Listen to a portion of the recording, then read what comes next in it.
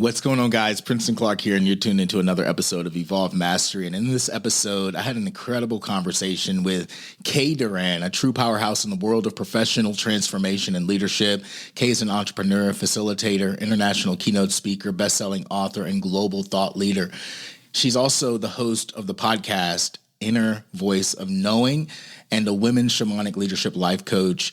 She's also the creator of Inner Expressions, a platform dedicated to helping women realize their leadership potential from within.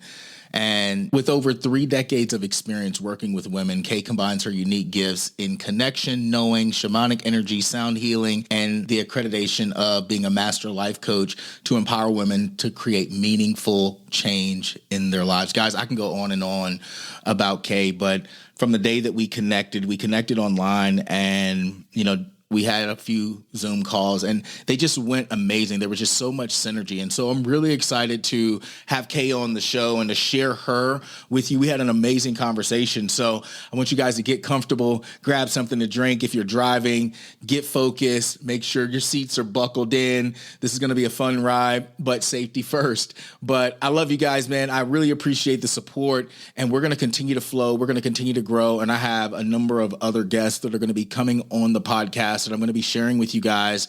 But without further ado, I want to just go ahead and dive right into this conversation today. So sit back and enjoy. I have the patience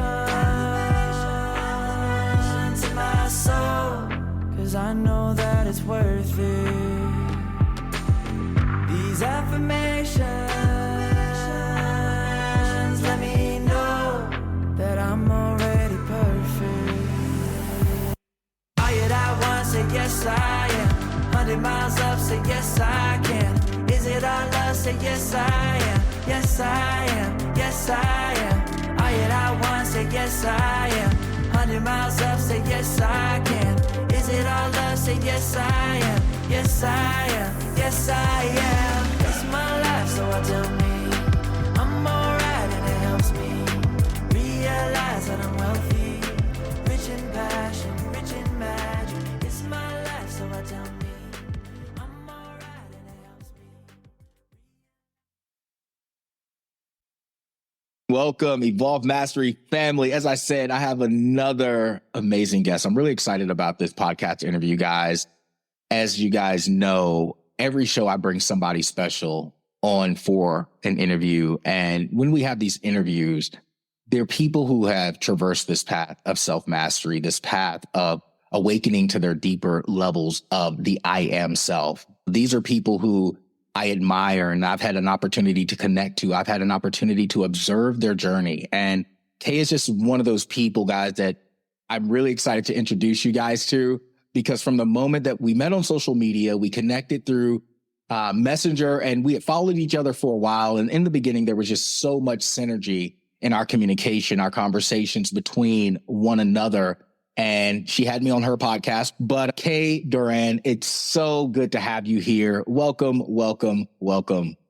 Thank you, Princeton. And we had a glitch on the first platform that we were on, and I was saying that I had chills. I've just had chills again.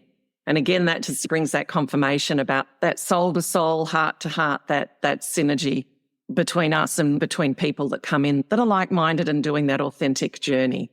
Yes, 100. And that's a big thing to talk about as we are having this conversation, is that alignment. There may be some people listening today, maybe they haven't listened in a while, or maybe something happened and they were like, you know what, I just need some inspiration. Or maybe they got the notification that, hey, Evolve Mastery has a new podcast episode up, and this conversation is just for them. And so in every aspect of our life, it's all about alignment. But you've taken an amazing journey. You've worked in so many different spaces, consciously, spiritually, emotionally, mentally, guiding people, assisting people in their healing journey. But I want to really dig into, and I want to introduce Kaye to my audience. And so tell us a little bit about your journey and where did it really begin? We know that when we're born, the journey begins way before we ever even have a name. But in this life experience, tell us a little bit about that journey, your journey of self-mastery, and where it's brought you to this point. Yeah, we all go through adversity and challenges, and that's the playing field of being human. here. But as a 5-year-old, when my mother would tuck me into bed, we'd do the Lord's Prayer and bless everyone in the family. We were just Church of England, and she'd close the door. And strangely, I knew that I'd chosen to be here, Princeton. I used to, 5. I'd say, God, I know I chose to be here, but please take me home where I belong. And I know I have to be back in the morning. And as a child, that just seemed so I didn't think anything of it. But of course, then growing up and having this very powerful, very strong inner voice of knowing that stayed with me. And I cannot call it intuition. And I don't, because that sort of feels ethereal. And can I trust it and learn to trust it? This is a voice that I've come to understand that we actually all have. I was just completely dialed into it and stayed dialed into it, which also then made it very confusing through teenage years, et cetera. But I really got to a point in life, like a lot of us do, where I felt lost. I felt like I didn't fit in, and everywhere I tried to fit in, I didn't.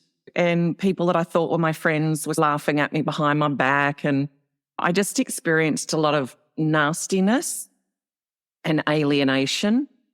And I look back now and go, I wasn't being my true authentic self. I was doing what we all do. I was trying to fit in. I was trying to belong. I was trying to change myself. And my father moved us from Melbourne through work to Perth, Western Australia. Now, here's the interesting thing. A year earlier, we'd come over on a holiday, and I felt this energy here, and I was 16. And I remember saying to everybody, I'm going to come back in a year's time. I'm going to come and I'm going to live here. I'm going to move here. You go home. I got my first boyfriend, and I was working in a job that I hated. And then my father sits me down and says, we're moving to Western Australia. He was in newspapers.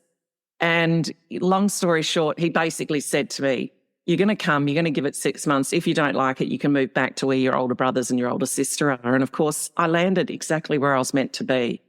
But I had a big turning point. I had a major car accident that should have killed me. The police arrive and go, oh my God, you should be wrapped around that tree. You shouldn't be here. And although I didn't consciously understand spirituality, I'd always been searching as a child. If I was handed a pamphlet in town from the Rajneesh people, I would take it home and I would read it. I was always exploring and questioning and I suppose trying to find my way. Religion didn't seem to fit for me, so I dropped the name God, and it was spirit, universe, whatever would fit. But this car accident was a moment of changing the trajectory of my life, because although I felt more home, moving, I had an opportunity to try to be more of my authentic self, but we still try to fit in. We think we're being more real in who we are. We've just adapted ourselves slightly. But I was left in a lot of pain and no one could help with that pain. I tried physios. I tried everything. And pain is debilitating, mentally, emotionally, physically, energetically. It's just so draining. And my mother, and so stress, always feeling on edge. So my mother said, why don't you go and learn to meditate? You seem stressed all the time. And it's, yeah, because I'm in pain all the time. So I went and learned to meditate with my eyes open. And what a profound technique and experience that is, because I find that I can put myself into a meditative state and I don't have to close my eyes or be in a quiet room. But what happened is I was in my house. I was married at this time. I married young, 21, and my eyes were open and I was meditating and there was a pinpoint of light, like minute, but it was so incredibly bright. And I start blinking, thinking, am I seeing things? That light shot across the room, hit me in my chest. I was moved back into the lounge and I wept, Princeton. I wept from the deepest joy I've ever felt in my life. I felt myself connected to everything, everyone, all that there is. And I knew that I had met my God. And what I mean by my God is the God that exists within me. And I felt the universe that existed within me. And it changed my life from that moment, from being angry, miserable, trying to find my place, self-loathing, feeling ugly, all these things that we tell ourselves. And I never went on the path that my friends did with drugs, because that inner voice of knowing said, you are highly addictive, you will become addicted, you will change the trajectory. That's not why you came here. I used to hear that as a teenager, just like an incredibly loud voice inside of me.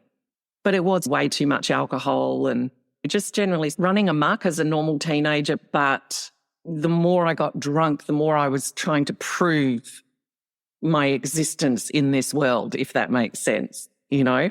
But yeah, that completely changed my life. Learning meditation and that experience. And it put me onto a path that I didn't consciously choose. It grabbed me. And I went through a lot of experiences, but I went through experiences of being put into groups. I travelled around Australia. It continued to awaken. I came back and I was put into groups, or chose groups, to try to find my tribe, my people, some mentors, some teachers.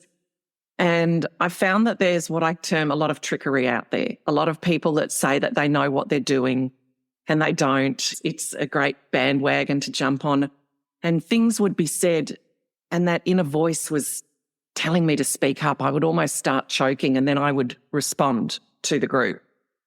And people would go, oh my God, I've got chills. And so a guy got us involved who was running group where this was happening and got us involved with a Ouija board that was very dark stuff started to happen. He had young children that were starting to scream and cry, and he just looked at me. This is the first group I joined, and said, you take over. And I just knew how to bring the divine, if you like, God into it. I knew what to do with the energy. I knew how to clear everything. I knew how to banish and move out of that space lower, darker energies that were coming in. And I got everything calm and went, I'm out of here. Everyone went, we're out of here. And I just thought, I just want to go meditate. And the next thing, everyone's coming to my place. Everyone's seeking my answers. And it took me on a path of awakening to the fact that I am a shaman, had always been. Singing to animals and things that I used to do as a kid started to make sense. I was called into that, I say kicking and screaming. It's not something that I wanted. It's not, and I don't like titles, but for living in this realm, we need them. But I found myself with the ability to heal, with the ability to fully understand my gift, with the ability to work with my energy in a way where I was no longer impacted by everyone else's thoughts, emotions, feelings that were impacting my body. And for 20 years, I was asked to speak. I was asked to facilitate groups. I did healing. I moved into also some coaching and some corporate work, a marriage breakdown, a marriage completion where we'd fulfilled our contract and it was like, okay, this is why we came together and now it's time to go separate ways and take that journey. And then being single for 3 years. Long story short, I then came into a new relationship. We moved into the house, we combined, and my business started just lessening. I still had people, but it certainly wasn't on that high that it was. And then the call-in came to move and re-enter the workforce. I was, in my 40s and I'm going to look too old on a piece of paper. And I re-entered the workforce and my clients just stayed with me on the side. And I ended up progressing professionally in the end when I was running 7 locations for a car rental company. But every role that I went into, every company that I went into, I was severely bullied by teams, bullied by management and bullied by upper management. And I didn't think for a second that I would come back to this work. But again, it grabbed me after about a 10-year cycle of I'm going to change jobs. I'll improve in this area. I don't want to work weekends. I'll have a car. I want this much money. All this would happen, but the bullying would increase. And I needed to learn to understand that pattern and change that within myself to change my life again. And then it's brought me back into my coaching, my healing work, but at a whole new level with experience that's also more relatable. If I just stayed in my business for 30 years, I don't think it would have grown to this sort of platform where I've now been in a movie that comes out this year and et cetera. But everything is about our growth. And I had to come to understand, or I did come to understand, that I'd been bullied all of my life. I was so used to it that I didn't recognize it, and I needed it to become severe for me to see that pattern, not be a victim in it, but change that pattern inside of me. And the last role that I had, as that bullying came up, I pulled that plug. And as I pulled that plug and confronted it in a whole new way, changed from within, it dissolved. And here I am back doing what I'm doing. That's every time I hear your story. And I know when we first had our conversation, you went a lot more in depth. For the sake of time, we're not diving into all of that right now, but there's something to be said about the journey itself and the process of the journey. Because when we're navigating the journey, it doesn't always make sense because our lenses, so to speak, are being adjusted. It's like you go to the eye doctor and they say, okay, we have to see how much you can see right now, but we're going to give you some corrective lenses that allow you to see a little bit more, a little bit better. And as you progress, the vision will change. And that's what's happening on our journey. We're able to see more. We're able to feel more. We're able to know more deeply from within. And we wouldn't be able to do what we do. You wouldn't be able to do what you do or show up illuminated the way that you show up in the world now had it not been for those moments in your life. And I know for those in podcast land who are listening right now, and I'm excited about this conversation. We're using terminology like shaman and healing. And we've talked about healing before. You guys have been with me for a little bit now. We've talked about these things, but I love how you said, even in moving into these different spaces, it wasn't about titles, but we live in this framework, this society where we give meaning to everything and we identify with all these different things. But the truth is, going back to what you said about that light, that pinpoint, when it hit you, you became aware. There was a level of intimate knowing in that awareness, that I amness. I am one with God. God is one with me, source, universe, whatever pronoun you use. As I say, doesn't matter what pronoun you use, because the finite mind can never begin to quantify or qualify the infinite. I call it love. I also call it spirit. It is something and it's inescapable, no matter where you are. And man has been trying for years on its conscious and subconscious journey to try to understand the isness of this thing.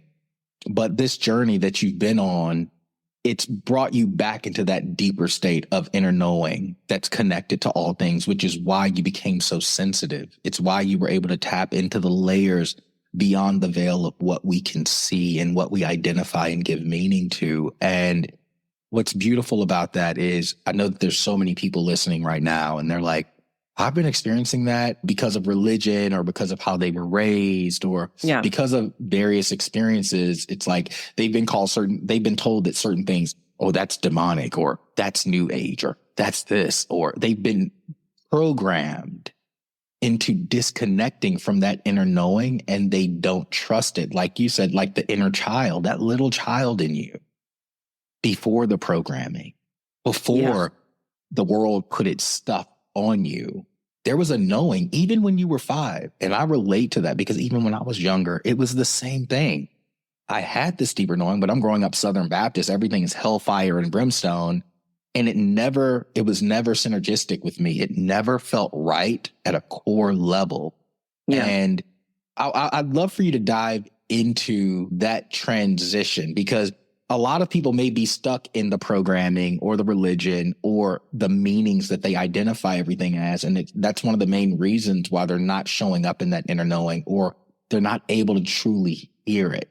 And so I'd love for you to talk about that a little bit because I know that there's a lot of people waking up right now who love more insight in that area. Yeah, thank you, Princeton. That's an awful question.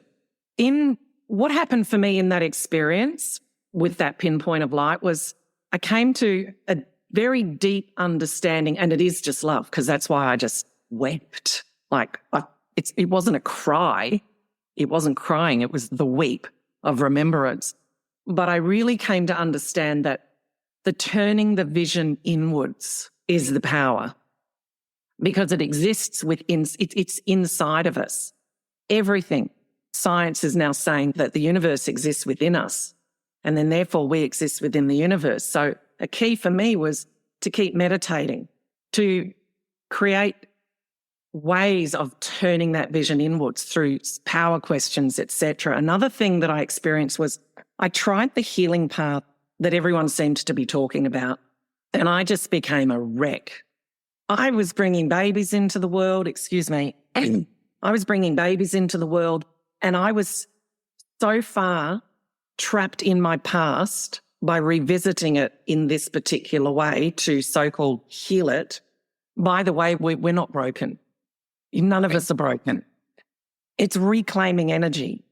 Okay, so I went so far back into that past that it was like this vortex sucking me in deeper, and everything became darker and more negative. And I felt so broken. It's like the grief took me into more grief, took me into more grief, took me into more grief. And I remember saying, God, there must be an easier way to heal. And that's when I was taught, that inner voice of knowing came and talked me through it, and about energy and what was happening to me, and that we need to stay present in the present. It's just energy that's trapped, and that reframing it by saying, yes, I had some very painful experiences. I had two parents that I love dearly that are beautiful human beings, but I needed them both to be emotionally unavailable because I was so sensitive that I would have continued to hand my power outwards rather than turning inwards and really finding what self-worth, self-value and self-love is all about. So there's a key. There's a gift in everything. And I started saying, what was the purpose of this for me? So starting to look at experiences like they weren't against me. I'm not a victim in any of this. And I started to find that in there came love. I developed that compassion further because I had it by my nature. Understanding. So even understanding then my mother and my father, I started to ask questions about them, about their life, so I could create this picture of why were they being a particular way. And in some of the questioning of them, like when I went to my father once and said, why do you not love me? Because he was never able to say, I love you. And he wept, Princeton, and he got down on his knees in front of me and he's like, why would you think that? And it's because I used to go to my mum and ask, why does Daddy hate me? And she would say, don't you talk to me about your father like that, and shut me down. That's when my parents were even older than my friend's parents, so different era again. But he'd never heard that, so he'd never had the opportunity to respond that. And I was a little bit afraid of him as well, so I didn't, as a younger child, go to him and ask that question. So asking questions, reframing the experience about why did I need to experience this? What did it gift me in shaping me and who I am today? Was all part of my healing, but I got to stay present. And yes, I had moments of releasing tears, releasing pain from my body, but it led me to, from love, compassion, understanding, it led me into forgiveness and seeing that we're all human beings doing our very best. But I also developed the deep knowing that we are soul and energy first, and that we have come here into this playing ground because of the experiences of adversity, of challenges, so that we can turn that vision inwards, so that we can bypass feeling the victim and realize that we're really just reframing and then rewiring our energetic system back into wholeness. And it's a fun game for the soul. Excuse me. And that started to bring me back into wholeness. And then I realized it takes great courage also, because you've got to hold firm to developing and strengthening that knowing through terrains that you feel so much doubt and so much fear. And what am I really doing? And will I get to the other side? And drawing on that knowing. And I had statements that I would harness on, only goodness comes from God, or only goodness comes from the universe, whatever word you want to use, again, doesn't matter, even if I can't see it at the time. So I kept tuning, taking the energy source from my subconscious false stories and beliefs And I don't call them subconscious beliefs because that's instilling it's a belief that has power over me. So I call them out as false stories and beliefs, which every time I use that wording, because words have power, it diffuses its power over me. I'm calling it out for what it is. It's false. Okay, it feels very real, but it's false. It does not serve me in my highest, most expansive capacity. And then I was plugging that energy cord, if you like, that power source into only goodness comes from source, even if I can't see it at the time. Some would say that's developing faith. And it starts off as faith until you do the round so many times that each time you come out the other side or cross that big leap, you realize that is then becomes knowing and becomes truth.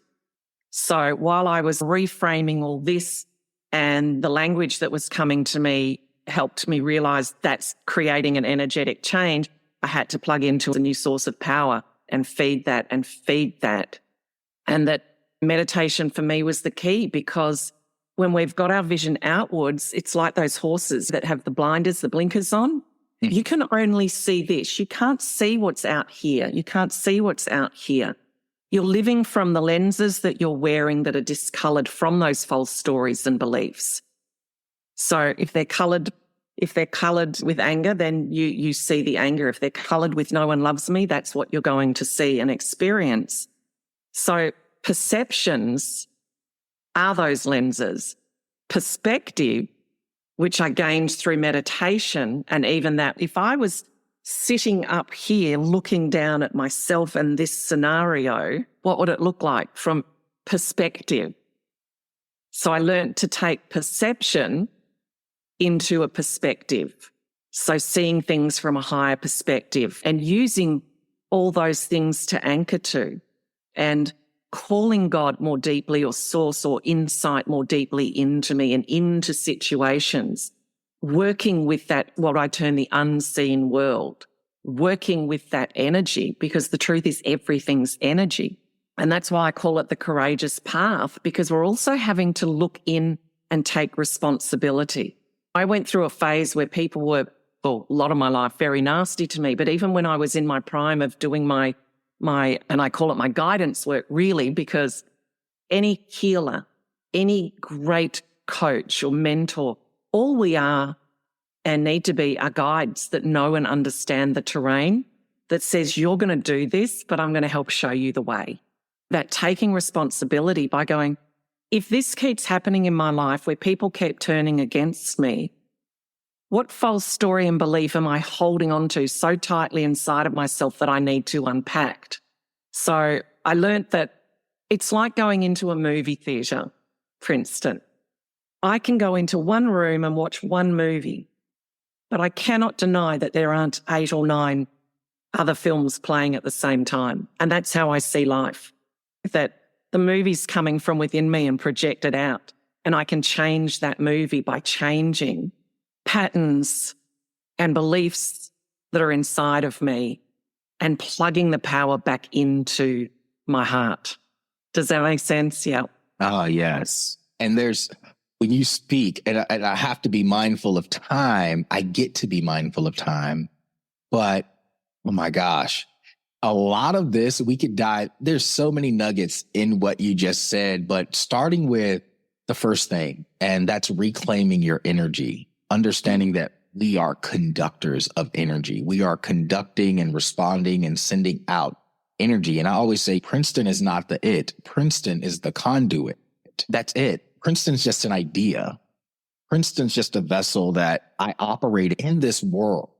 Yeah. And going back to what I said earlier, whatever I attach a meaning to, a perspective to, an idea to, I send power to that. I give power to that. My divine energy that's connected and in a state of oneness with everything is manipulating the energy around me. It's moving energy or taking energy or trapping energy based on the state that I'm in. But this goes back to that deeper inner knowing. And you hit 2 different things in that: belief versus knowing. See, a lot of people believe when they talk about healing, when they talk about creating change in their lives, achieving that state of bliss or having that relationship, whatever it is, they say, I believe it's possible. But manifestation doesn't happen purely from a belief. It happens from a state of knowing. It's like saying, I believe in God versus I know God. Knowing is rooted in the experience of the intimate connection in which you are stated in. And let's say conscious creation or conscious manifestation. Yes. Because we've been unconsciously creating all our lives. It's then about becoming conscious creators and crafters to manifest the lives that we aspire to. Yeah. Mm-hmm. And following that, you went into talking about healing. And I said this on a recent podcast episode. I say true healing is when you wake up and realize there was never anything wrong with you. And I completely agree with what you said when you said that, doing a lot of what most people call the healing work nowadays is not truly healing. It's a regurgitation and a reliving habitually over and over what you have experienced as if it's still happening or there's still something wrong with you now because of an experience. Yeah. And it doesn't negate that you had that experience. That's not what we're saying, guys, for everyone listening. We're not saying that the experience didn't matter. What we're saying is it happened, but in this now moment, it only continues to thrive energetically in your being and in your life if you continue to give power to it and meaning to it. Yeah, that's so powerful. If I could just interject there. Yes. I wept. I felt grief. I felt injustice in certain things that happened to me, and there was some sexual stuff back as a child as well. It doesn't mean that didn't happen. It's the keys of how do I free myself. And if you recall, I used the word, I choose not to be a victim, which means that has power over me continually. And that the more we focus on it, the more we feed it, the more the reticular activation system in the brain is going to keep finding reasons too. So yeah, you're absolutely right and powerful point to say. We're not saying that it didn't happen. We're not saying that it wasn't hurtful or painful or what feels like as wrong, but let's find the gift in it so we reclaim our power back into wholeness. Mm-hmm. And that starts with shifting the perception by becoming aware of the perspective that you are choosing to view it from. And so I'd love for you to go deeper into that perspective translating into the perception. Yeah. So when we start this journey, and it is an inner journey, there are layers to it. And we really need to start with the mindset psychology.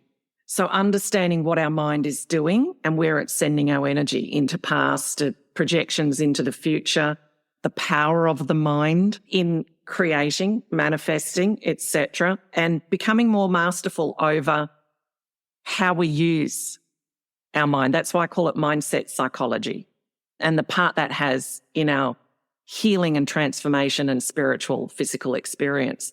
And that actually, as we travel through that terrain, it then takes us into emotional restoration, which is that healing, that reclaiming. I'm going to reframe it. I'm going to bring my power back into it. That frees me. Love, compassion, understanding, forgiveness. I'm going to release the stored emotional energy from my body. And then that leads us into spiritual application, which means I understand the spiritual practices of the mind and of the emotions and of energy and what works for me. And that for me, meditation is an absolute key.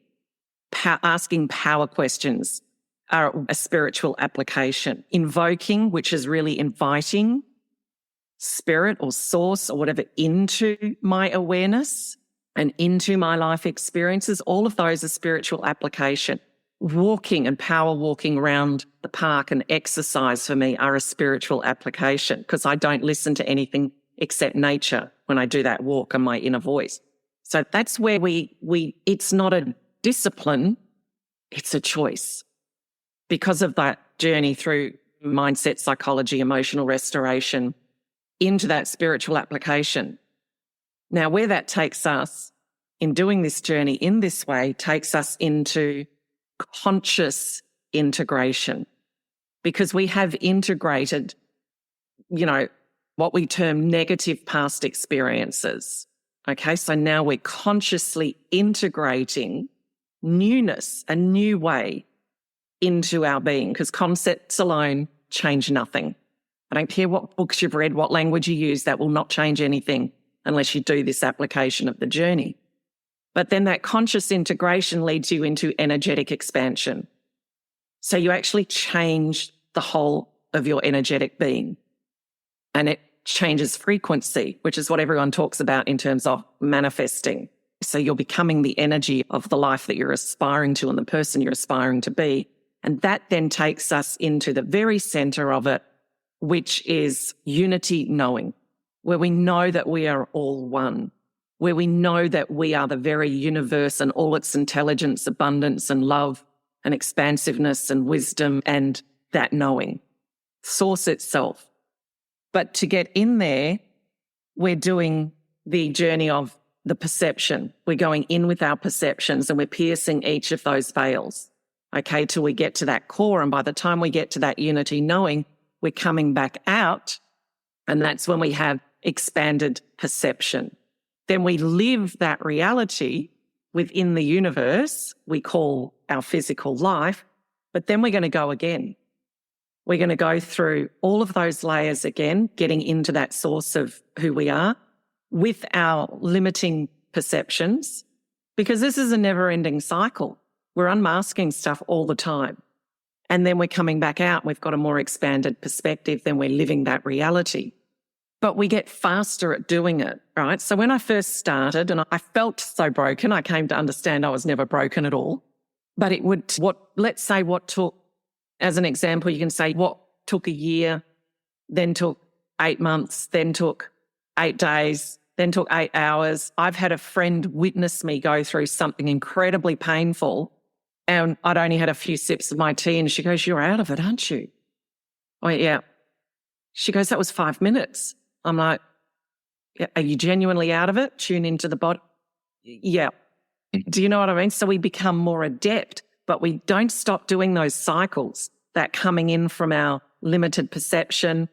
And we always need to be willing to do that. Know what I know, but I know nothing at all. If I have arrived, then I am leaving this body.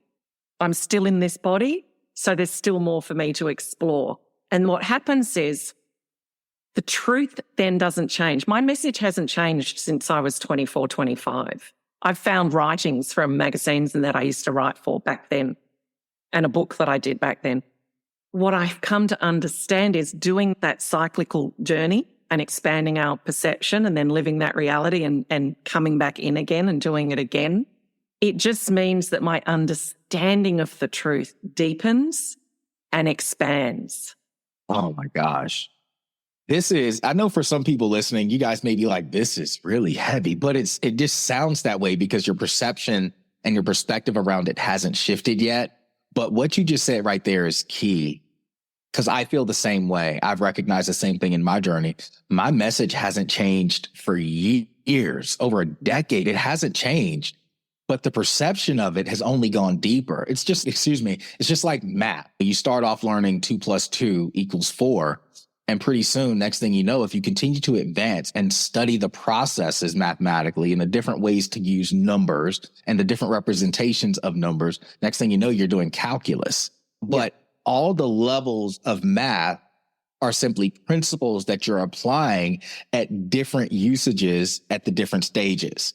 And this is the process that we're all going to get to grow through if we allow ourselves to surrender to the knowing, to surrender to the growth, to surrender to the evolution of this process. And so one thing that I will say to anyone listening right now is give yourself space and grace to surrender to it. Give yourself space and grace to know that you are already in a powerful place. You are literally creating every aspect of your reality right now, either subconsciously or consciously. You are the divine creator of your life. And in this, you talked about how it's not a discipline, it's a choice. It's not a discipline, it's a choice. Because you hear so many people talk about discipline, and it's really a conscious choice. Because once you wake up, it's like when you wake up, you can't go back to sleep again. So you're either going to make a choice to continue. Well, or if you do, choice. you're going to get really heavily stuck in your Yes. comfort zone. And that's the most uncomfortable place to be. And I love when you say surrender. And here's what I want to say to your listeners. If you're feeling a bit of discomfort or pushback at all, great, because you're ready for change. There's something that has been said from Princeton or myself and the whole energetic reconnection of it that's now tapping, and there's a bit of a crack, and the old wants to go, don't. So just be mindful that's a beautiful experience you're having. Secondly, as you talk about surrender, Princeton, the best investment you can make in yourself is to get support. And to get to support, so you do the coaching and everything that you do, Princeton, but I know it's that guide. You shift the terrain, as do I.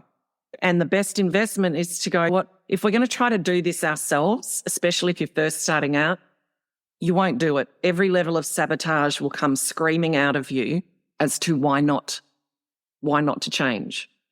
Okay? And we're designed that way.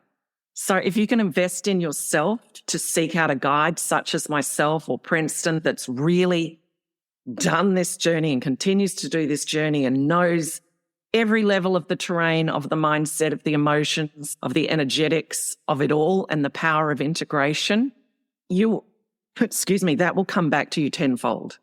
Yeah. It will come back to you tenfold, but don't try to do it alone. Yeah. It is painful. And it's truth to what you said right there. That's so good, because I remember, I was just telling a client this earlier today. I remember so many points on my journey because I didn't always have mentors there growing up where I grew up. And so I would read a lot of books, but so many times I was like, I wish someone would just come and tell me what the hell to do. I don't want to grow through this alone. I don't want to grow through this and have to constantly fall down over and over again. Just tell me. And you don't go to a mountain and say, I'm going to do a hike if you don't have a GPS, if you don't have a guide, because you know that you're going to get lost. But that's what a lot of us do. We try to take the journey alone, completely negating the fact that we were never created to do it alone. We were never created to try to just make it on our own. We are wired for connection. And how has that transpired in your journey? I know you've met mentors, but like me, your spirit has been your predominant guide the entire time. Yeah, that's been my shamanic path, that I've needed to do it on my own because there was a lot, as I said, experienced out here that I bore witness to with my gift that a lot of people didn't know what they were doing. I'm not trying to bag anyone out, but they didn't really understand energy, the rites of passage, the initiations and the differences of those to just healing. Oh, I'm just in the middle of healing something. And I would guess that you too have done what you have now, look back on going, I understand what a rite of passage is. I understand what an initiation process is. But I needed to do that on my own because that was my shamanic path and my shamanic gift of understanding to then bring back out into the world.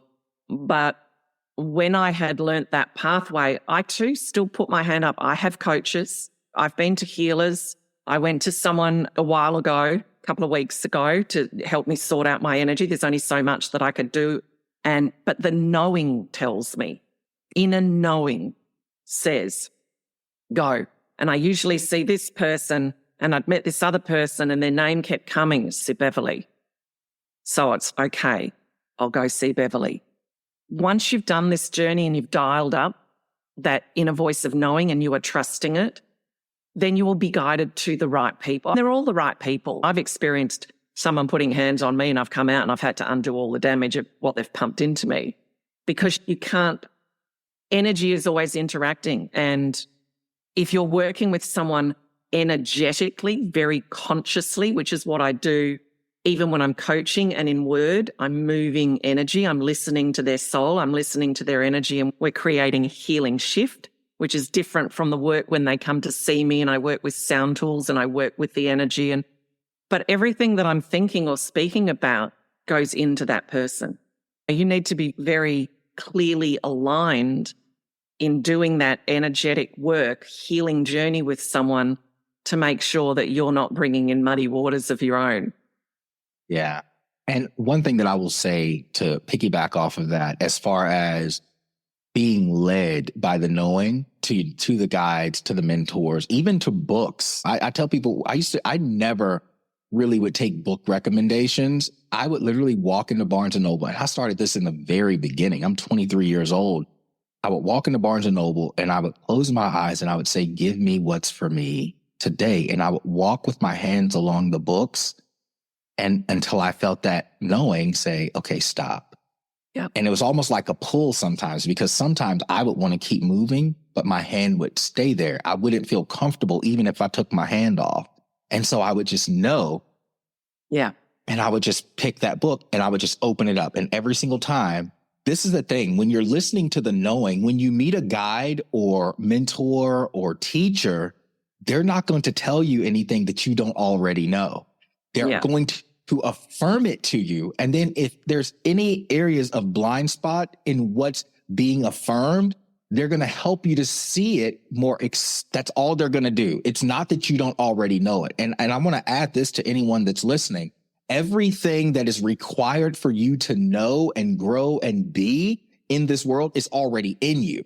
And so when we're talking about that inner voice of knowing, in today's society, it's very hard for a lot of people. And I have a deep level of empathy for a lot of people waking up right now because there's so much noise and everybody's seeking, looking. And what advice would you give to people who are saying, I'm waking up, I'm breaking away from old belief systems, I'm realizing that the reality that I've been in no longer suits me, but I don't know who to trust. I don't know really where to begin. What advice would you give to someone that's in that space right now? Don't spend too much time on social media. Limit it. In my coaching program, we also address boundaries, but it's very different because it's not just about boundaries in relationships, boundaries around your time, boundaries around money, boundaries. And when I first started, we didn't have social media. There wasn't even a computer. That came in my 30s. I started in my 20s. So it was a lot simpler. Whereas now, and I get hounded all the time, I'm getting messaged by people all the time. And meditate, find a way to meditate and understand that meditation, there's actually some three free meditations on my website, but meditation is not sitting on the top of the mountain and having complete quiet. Meditation is about learning how to become that witness and call your energy back from where it's being projected and just bringing yourself into peace. But that's another story. But get outside in nature. Take deep breaths. Breathe with your hand on your chest. There's actually a process that I have. And it's 4 breaths in, hold that 4 breaths and release the 4 breaths and do that cyclically, but add 4 words. The other day during the eclipse, mine was, I sit with truth. I sit with truth because I was needing to see what within me needed to be revealed. I am here now. Whatever those 4 words are, what you're doing is you're connecting with the intelligence of the heart. You're bringing yourself into the present moment. In the present moment, there is peace. You're dialing into your inner voice of knowing. But don't keep searching out there, especially in social media. Set some boundaries around that because there is a lot of noise. When you find a few people on social media that you feel like are speaking to you, follow them, connect with them, join their Facebook group, learn from them, but don't go and join 20 groups. Do you know what I mean? You try a tree and then just a few branches, but do the things like the breath work, like the heart intelligence breathing, meditation, getting outside in amongst nature and just listening to nature. Don't put an audio book in at that time, making that choice to just feel your own knowing, and that when you are ready, that right person will show up and you will feel it. But if you keep getting caught watching this, listening to this, watching this, listening to this, watching this, listening to this, your energy is scattered. And in that scattered, you will just get caught up in that panic mode of, I want to find it, I want the answer I want. You don't want to be wanting. I need the right coach. I need the right healer. I need the right book. and if you're reading a book, great. But try out, this was the thing, it's try out whatever you hear, whatever you read. Don't just go, oh yeah, I know nothing unless you're absolutely living it. You can be reminded of something, but you don't know it unless you're living and applying it. So if you hear something that Princeton's written and you're like, wow, apply it, try it out, and see for yourself the power of it. Process of embodying, learning to be with yourself, being present with yourself. Eckhart Tolle talks about, I love what you said about meditation. Eckhart Tolle talks about how I am not the brain. And a lot of times when you hear people talk about mindset, and those who've been with me for a while, you may have heard me talk about this, but if I say I am thinking, it's not my brain saying I am thinking. It is the conscious awareness that thought is happening. And oftentimes, even going back to what you said, people think meditation is about getting quiet, quieting the brain. Yeah. Good luck. It's not about quieting the brain. It's about allowing yourself to become present in your breath in the now moment, and then observing the brain like a computer. What is it processing? What is it revealing? And then choosing in a present moment whether that serves you and deserves you or not. And then you get to choose what you give power to in the moment. And that's where the affirmations and having that phrase or those words come in, because that's the reframing. That's the bringing back into presence. And that's really powerful. And I know a lot of these things that Kaye has said and, that we're talking about right now, it seems like it's so simple. And it really is. Your brain is what tells you it's not because of your programming. But it is simple. It's just about applying it, embodying it every day. And this is going back to what you just said. Also, a lot of people have the knowledge of, and I always say information or knowledge is simply information recorded, but wisdom is information and knowledge embodied. And so what most people are seeking in today's quote unquote information age is more information. And that creates more confusion because you're getting a bunch of information. And that's like putting a bunch of different programs on my computer right now. Eventually, my computer is going to run out of digital RAM and it's going to send me a message and say, I don't have enough digital memory to process the assignments that you're giving me right now. And then it might crash. Right. Crash, burn, shut down. Yeah. But you know what? Simple. Is it simple that we've clicked a couple of buttons and we're talking across the globe? Simple. But guess what? On the surface, it seems simple, but we all know that what's going on underneath is very complex. Mm-hmm. But on the surface, seems very simple. And that's why you're able to get to that point. And I love that you hit this a little earlier. What may have taken 8 years eventually maybe only took 8 months. Yeah. Eventually maybe only took winding it down 8 minutes, 5 minutes. Yeah. It's a process. It's a process of embodiment and application. And that takes me back to that space again where I say, give yourself space and grace where you are. And understand it's not about perfection. It's about progress. It's about being able to navigate each moment, even coming to the end of your day and saying, even though I may not be where I want to be, I'm exactly where I need to be and I'm better. Yeah. And each time you do the process, you understand the terrain. So then when you're going through it, you're like, cool, this is uncomfortable again. Okay, I know where I'm at. And then you build that history of, I came out of it last time and I came out of it changed. I've just turned 59 and I feel different from when I was 58. I'm a different person. Same but different. I'm certainly different from when I was 19, 29, 39, because I'm becoming more and more of my deepest authentic self.